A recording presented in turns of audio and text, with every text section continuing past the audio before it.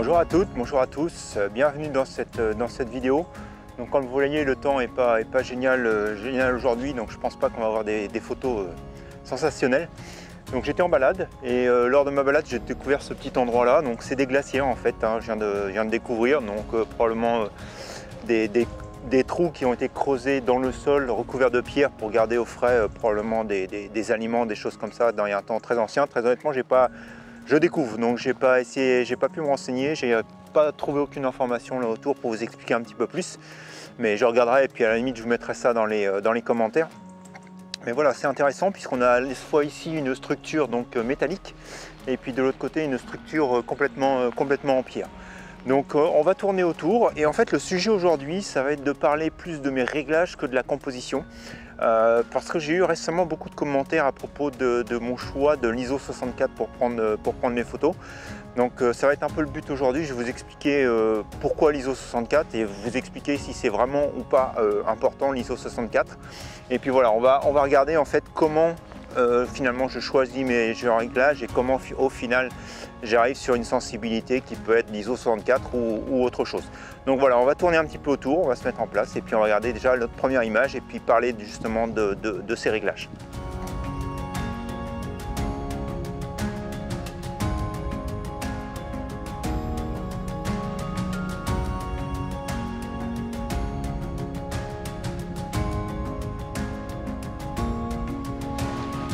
Allez, me voilà en position pour cette première image. Donc je vais m'intéresser sur cette première glacière, donc au mélange à la fois de la partie métallique et puis de la partie végétale, voire aussi minérale, puisqu'on a des pierres. Donc je sais pas, ça fait plus de l'ardoise. J'ai pensé à du ciment au début, mais je pense qu'on est plus sur de l'ardoise. Donc je vais vous montrer ce que ça donne donc au niveau de l'image. Donc vous voyez à l'écran ce que je suis en train de prendre. Donc dans ces conditions-là, donc on va oublier hein, la composition, je ne vous fais pas trop le détail, j'ai essayé de couper la lumière au-dessus, j'ai essayé de me centraliser sur la partie minérale, on va probablement cadrer un petit peu plus serré, voilà, quelque chose ici, on va remonter légèrement parce que je veux un peu de racine sans avoir trop de ciel, donc on va se mettre là. Voilà, donc là vous avez vu j'ai pris un diaphragme, donc j'ai sélectionné un diaphragme de f8 et donc avec un diaphragme de f8 je vais avoir une certaine profondeur de champ. Donc si je regarde mon application, bah, globalement je vais être net entre 1,69 m et 2,46 m, c'est-à-dire que ma mise au point étant à 2 m, 50 cm derrière je suis encore net et puis 40 cm devant je suis toujours net. Et donc ça va être le gros challenge et ça va être mon choix. Donc là je suis à f8, si je veux vraiment rendre beaucoup plus flou l'arrière-plan, et ben je vais continuer, puisque c'est mon premier critère, c'est vraiment rendre flou l'arrière-plan, je vais continuer à descendre mon diaphragme, donc je vais aller quelque chose autour de 4 par exemple. Et donc forcément, donc ça c'est toujours le même dilemme, c'est qu'on est obligé de régler sa vitesse. Donc là je vais augmenter ma vitesse, j'arrive à 1/10 de seconde, mise au point donc sur le lierre, et donc vous voyez j'ai un histogramme qui est plutôt sympathique ici pour prendre ma photo. Et je suis toujours à ISO 64. Alors qu'est-ce qui se passe? En fait, si vous regardez ici, donc je suis au 1/10 de seconde, alors il y a un petit peu de vent et on a quelque part ici, là, cette feuille là qui bouge un tout petit peu. Donc à 1/10 de seconde, on va essayer de prendre la photo, on va voir ce que ça donne, mais j'ai toutes les chances finalement que cette feuille de lierre soit floue.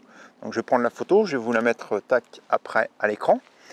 Donc si d'ailleurs je regarde cette feuille pardon, de plus près, donc vous voyez un peu le mouvement qu'elle a. Donc on va regarder après sur la photo comment elle est. Est-ce qu'elle est nette, est-ce qu'elle n'est pas nette? Bon, écoutez, à 1/10 de seconde, pour le coup, malgré son mouvement. Ah, si, elle est quand même pas super nette.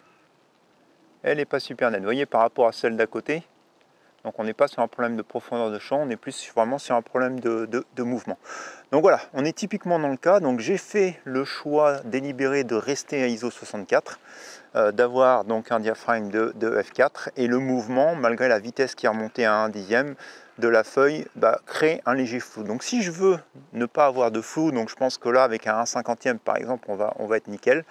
Et du coup, qu'est-ce que je suis obligé de faire pour ne pas toucher à mon diaphragme? Je vais être obligé d'augmenter ma sensibilité. Donc je vais essayer quelque chose aux alentours de, à mon avis, ça va être du 200 ASA. Et donc 200 ASA, voilà, là je suis bien, je suis au 20-25e. Donc vous voyez, si j'avais dit 1/50e, donc je vais être obligé de augmenter encore un petit peu. Je peux monter jusqu'à 400 pour le coup. Tac. Et puis là, je vais être bon.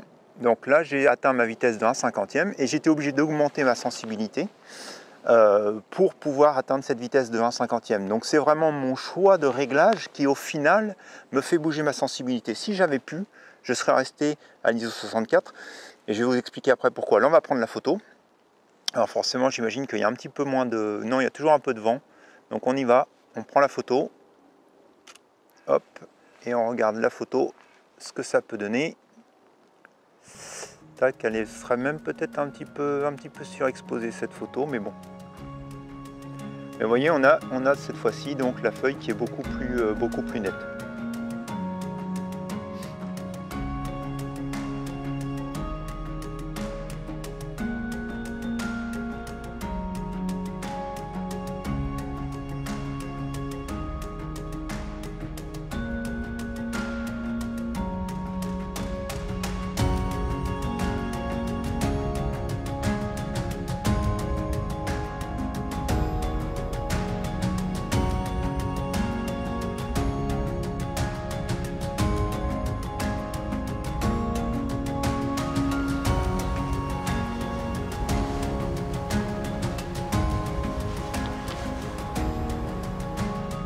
Voilà, il commence à repleuvoir, mais c'est pas trop grave, on a toujours de la lumière. Donc voilà, ma deuxième image, en fait, je me suis décalé de 1 mètre sur la droite. Donc après avoir pris le lierre, je vais m'intéresser à cette racine qui s'entoure autour de la partie métallique. Donc elle a été coupée, donc elle va pas aller beaucoup plus loin maintenant, cette racine. Mais voilà, donc c'est mon image. Donc là, encore une fois, mon sujet, cette fois-ci, il est statique. Donc du coup, je ne vais pas avoir de problème de vitesse. Donc mon seul choix, finalement, mon seul critère, ça va être ma profondeur de champ. Et ce que je souhaite vraiment, donc là je suis au 70 mm, je suis à une distance de mise au point de un petit peu plus de 2 mètres, on va dire 2,50 m probablement. Donc encore une fois, toc, on se met sur mon application Photopile. 2.5, j'ai pris donc un 70 mm, et donc je vais regarder pour vraiment aller au plus bas. Donc avec cet objectif là, c'est 2,8 de mon diaphragme, le plus ouvert possible, et donc ça va me donner une profondeur de champ voilà, entre 2,4 m et 2,61 m. Donc vraiment très faible, mais c'est ce que je veux. Donc je vais vraiment faire la mise au point sur la partie haute, là, sur la partie finalement qui est au milieu. Au final, je vois bien un cadrage de 40, un cadrage carré. Et donc on va y aller comme ça. Donc là, j'ai pas de problème de vent, donc du coup je vais arrêter la vidéo. Tac, je repasse sur le format photo, donc diaphragme 228. Ça va me donner une vitesse. Alors je vais du coup, j'étais resté sur l'ISO 400 de tout à l'heure, donc je vais redescendre en ISO 64. Et là, ça va me donner probablement une vitesse très faible. Tac. Ouais, quoi que ça va encore, c'est un 15e, donc c'est pas mauvais. L'histogramme est plutôt bon, je pourrais presque même... Ouais, l'histogramme, je peux même le pousser un tout petit peu plus. Ouais, voilà, je vais surexposer un tout petit peu plus. Donc voilà, ça me donne une vitesse de 1/13e. Donc je n'ai pas de vent, donc du coup je suis pas embêté avec ça. Et donc on va y aller. On prend la photo. Tchac. Et voilà, j'ai pu rester en ISO 64. J'ai pu rester en ISO 64 parce que la vitesse finalement elle m'importait peu sur ce sujet-là. Je vois que vous êtes pas mal mouillé là. Donc hop, on va nettoyer un petit peu l'objectif. Donc oui, je disais que la vitesse, pour le coup, elle est acceptable comme ça. Donc on va rester sur cette vitesse du 1/13e et j'ai pas besoin d'augmenter ma sensibilité. Je peux rester à une sensibilité. La sensibilité, on va vraiment la bouger pour obtenir... Alors ici, mon choix, c'est le diaphragme, mais si ça avait été la vitesse, donc j'aurais adapté mon diaphragme derrière en fonction de la profondeur de champ que je voulais. mais de la même manière, j'aurais joué au final avec ma sensibilité pour pouvoir avoir une bonne exposition et garder le couple qui m'est important, vitesse, diaphragme.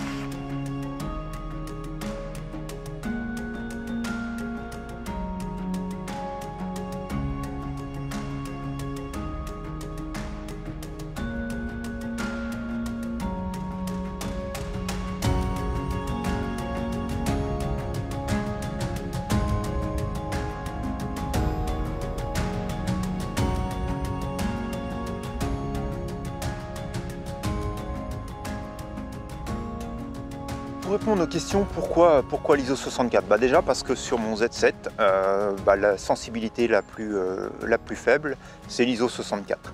Sur mon D810, d'ailleurs entre parenthèses que j'ai réussi à vendre depuis, donc la sensibilité minimum c'était ISO 100. Et cette sensibilité minimum, c'est là où on va avoir le bruit le plus faible, donc le bruit numérique le plus faible. Donc ça, je vous reporte sur d'autres vidéos que j'avais fait sur le triangle d'exposition justement, où j'avais commencé par parler de la sensibilité. Donc ce que vous avez engagé d'ailleurs dans cette vidéo à faire, c'est de tester vos appareils, de les monter en sensibilité pour voir jusqu'où le bruit numérique peut être acceptable pour vous. Sur le Z7, très honnêtement, je peux aller jusqu'à des sensibilités de 3200 et suivant comment je vais recadrer après mon image, le bruit numérique visuellement pour une image Instagram peut être acceptable. Par contre, si je veux publier mon image pour l'agrandir ou si je veux la publier comme je le fais souvent avec quelques-unes de mes images dans des banques de données, là vraiment le bruit numérique, ça va être rédhibitoire. C'est-à-dire que si vous avez un bruit numérique trop important, votre photo va être rejetée. Donc c'est pour ça que j'ai pris cette habitude de toujours photographier quand je le peux au minimum de ma sensibilité, c'est-à-dire ISO 64. C'est pas que la qualité comme ça va être meilleure pour partager sur Instagram ou pour partager sur les vidéos, non. C'est juste parce que si je veux la charger, si je veux la vendre quelque part sur une banque de données, c'est là où ça va être plus facile pour moi de faire accepter la photo, parce que j'en parlais la semaine dernière, non, il y a plusieurs semaines maintenant, 3 semaines. J'ai souvent tendance à cadrer large, donc je recadre assez souvent ma photo, donc forcément ça va augmenter un petit peu le bruit, et donc tout ça fait qu'au final votre photo elle peut être rejetée et puis vous n'allez pas pouvoir non plus l'imprimer sur des grands formats. Donc voilà pourquoi le choix de ISO 64. Mais après c'est vraiment le dernier critère, je dirais, dans mes réglages. C'est-à-dire qu'en standard je suis en ISO 64, j'essaye de régler ce qui est important pour moi, la profondeur de champ, la vitesse, et une fois que j'ai fait ces réglages-là, si je ne peux pas les obtenir, c'est là où je vais augmenter ma sensibilité pour obtenir le bon couple diaphragme-vitesse pour prendre la photo que je souhaite. Donc dans ce cas-là, éviter le vent, même s'il n'était pas vraiment super important, donc monter un peu ma vitesse et donc du coup augmenter ma sensibilité pour pouvoir conserver mon diaphragme et augmenter ma vitesse. Donc voilà, j'espère que vous m'avez suivi. On va continuer à faire le tour, on va prendre d'autres photos et puis on va regarder toujours pareil comment justement je choisis mes réglages. Allez, c'est parti.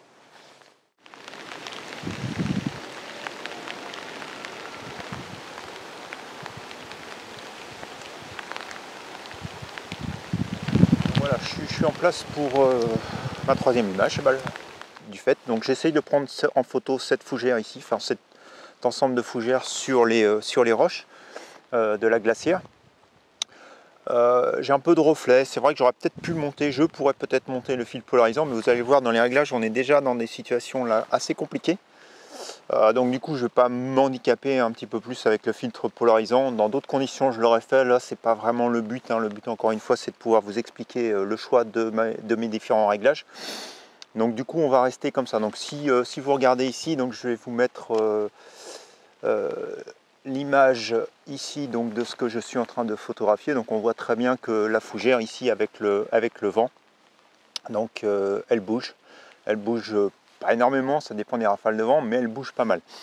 Alors forcément on peut se dire bon de toute façon si je veux pas qu'elle bouge, on va déjà essayer d'attendre que le vent ne souffle pas trop, c'est sûr, et c'est d'ailleurs ce qu'on va être de toute façon obligé de faire. Mais par contre on va pas pouvoir faire que ça. Donc là je suis à une distance de mise au point en gros de 0,8 mètres.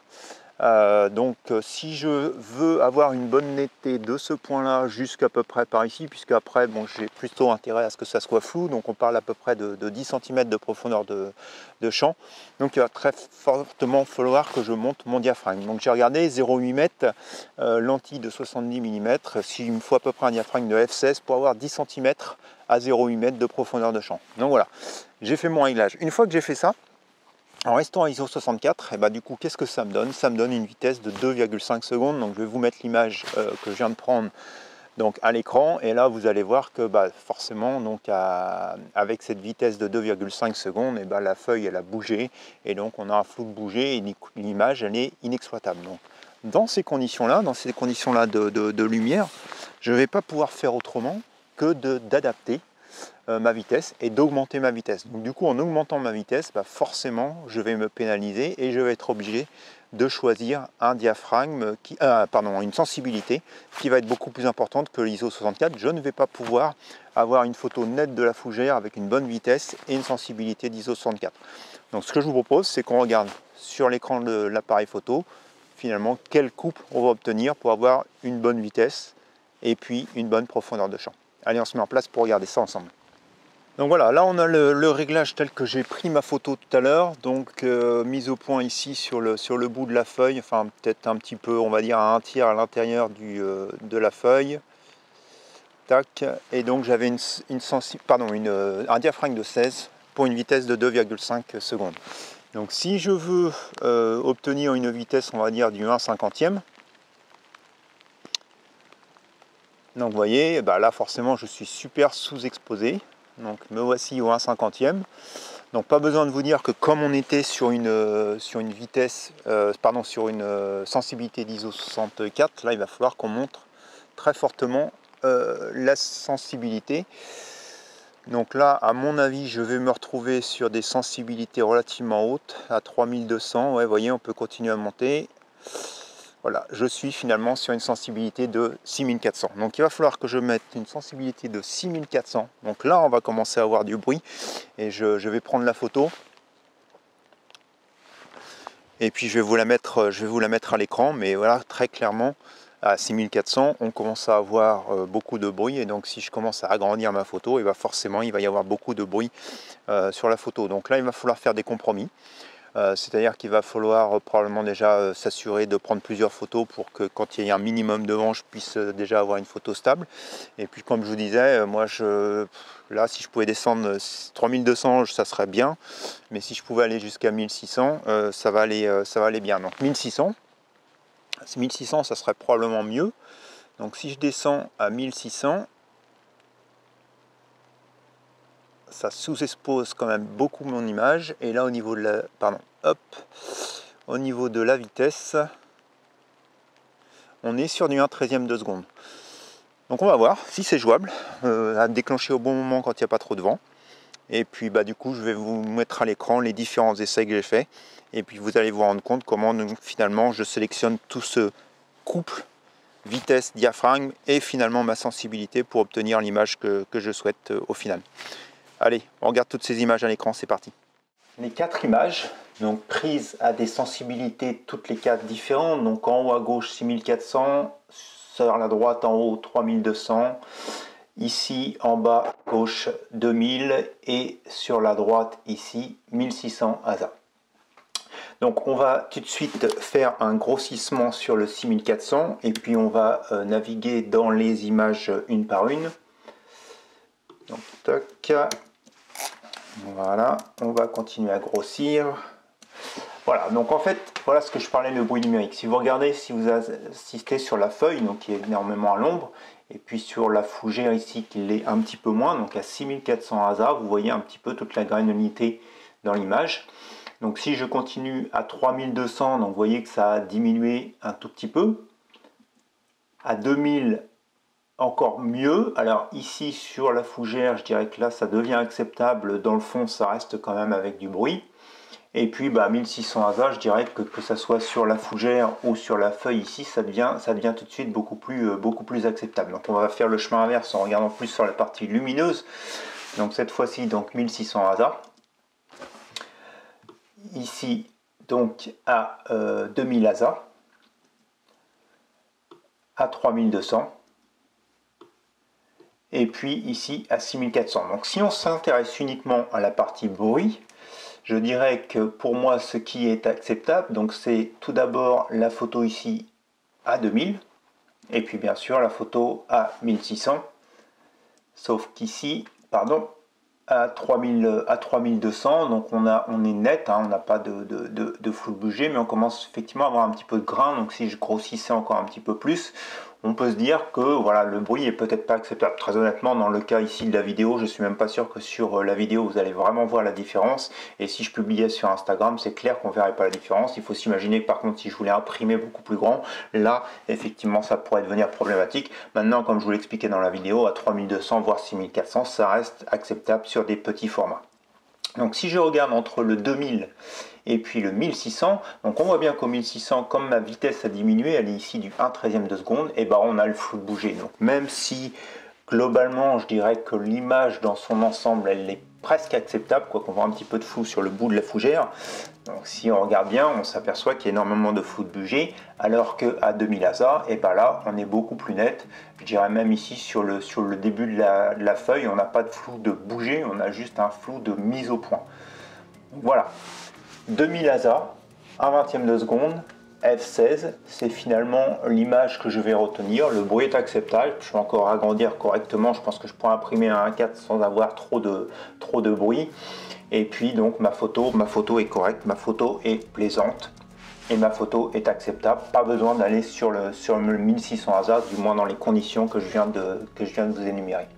Voilà, on retourne sur le terrain et je vous montre développer l'image finale.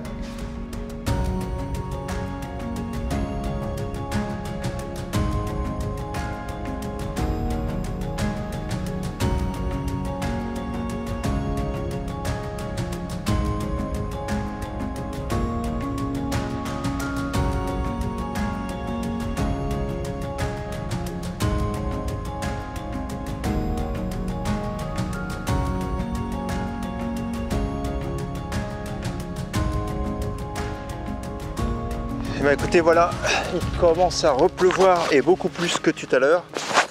Donc on va s'arrêter. Donc il y a d'autres choses à faire ici. Très honnêtement, je pense que je reviendrai. Je suis surpris par cet endroit. Bon, je suis jamais très fan hein, de photographier les choses qui ont été fabriquées par l'humain, mais je trouve que ces pierres, avec cette mousse, ces herbes et tout ça, ça a quelque chose de pas mal. Et donc je pense que je reviendrai ici, mais avec d'autres conditions de lumière pour le coup, pour prendre des photos, parce que là très clairement ça devient compliqué et puis on va rien faire de bien. Donc le but c'était vraiment de pouvoir vous expliquer à la fois mes réglages d'ailleurs, plus que mes compositions et mon choix de ce fameux triangle d'exposition, donc de ce triangle d'exposition où je dis bien entre la sensibilité, le diaphragme et puis l'ouverture. Donc j'espère que vous avez compris comment je fais mes choix. Donc très clairement le choix premier c'est finalement qu'est-ce que je veux donner dans mon image en termes de vitesse et en termes de profondeur de champ. Donc c'est vraiment ce couple là qu'il faut sélectionner à mon avis en premier.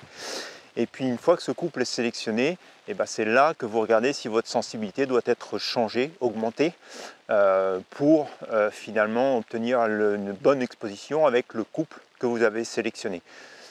Comme je vous le disais, j'essaye au maximum de partir sur la sensibilité de mon appareil la plus faible, puisque c'est ici qu'on va avoir finalement la meilleure qualité d'image ou le moins de bruit numérique. Si vous vous référez au temps du développement papier, des photos papier, la sensibilité, c'était le grain, et plus on montait haut dans les sensibilités, plus en fait le papier était sensible donc à la lumière qui arrivait, et donc on pouvait obtenir des super vitesses, mais par contre on avait des grains sur ce papier qui était beaucoup plus important. Le bruit numérique aujourd'hui c'est à peu près la même chose, donc toujours plus intéressant d'être sur le plus faible possible, et le plus faible sur cet appareil là, sur mon Z7, c'est l'ISO 64, d'où mon choix de l'ISO 64. Mais voilà, il ne faut pas acheter un appareil parce qu'il sera ISO 64. Si vous faites ISO 64 ou ISO 100, je veux dire, ça ne va pas changer grand-chose à votre photo. Vous allez pouvoir continuer à l'agrandir correctement. Si vous l'avez cadré, vous n'aurez même pas besoin de recadrer et du coup, vous pourrez l'agrandir encore un peu plus. Et puis, vous pourrez en faire tout ce que vous voulez de votre photo. Et puis après, il faut être conscient que plus vous allez monter en sensibilité, et plus ça va être difficile d'agrandir votre photo. Et puis, vous avez vu des cas extrêmes hein, quand je vous ai fait certaines vidéos de photos animalières où là je suis très haut dans les ISO avec mon D810. Je crois que j'ai monté jusqu'à 12800 et là on voit très clairement le grain, on distingue plus l'animal qu'on pourrait réellement le prendre en photo. Et donc là c'est bien pour publier sur peut-être Instagram ou des choses comme ça, mais très clairement on n'en fera pas une vidéo qui va durer des heures sur YouTube. Donc voilà, j'espère que j'ai été clair dans mon propos, que j'ai été assez explicite sur mes choix. Et puis si vous avez apprécié cette vidéo comme d'habitude, hein, un petit pouce en l'air, n'hésitez pas à partager, n'hésitez pas à commenter. Et puis dans les commentaires aussi, n'hésitez pas à me faire part des vidéos que vous voudriez que je vous fabrique quelque part. Alors je sais que je dois parler du traitement photo, mais là j'ai beaucoup de difficultés. Vous avez vu il y a 2 semaines quand j'ai fait le Focus Stack avec mon ordinateur, les images ne sont pas toujours géniales. Quand je les filme de l'écran, donc du coup il faut que je trouve un moyen de solutionner un peu ça pour pouvoir vous proposer une vidéo de qualité. Mais en tout cas j'y pense, et si vous avez d'autres sujets, n'hésitez pas à me faire part de vos envies dans les commentaires. Voilà, je m'arrête, plus de blabla, je vous souhaite à tous un bon dimanche, une bonne semaine, et puis je vous dis à la semaine prochaine pour de nouvelles expériences photographiques. Allez, bonne semaine à vous.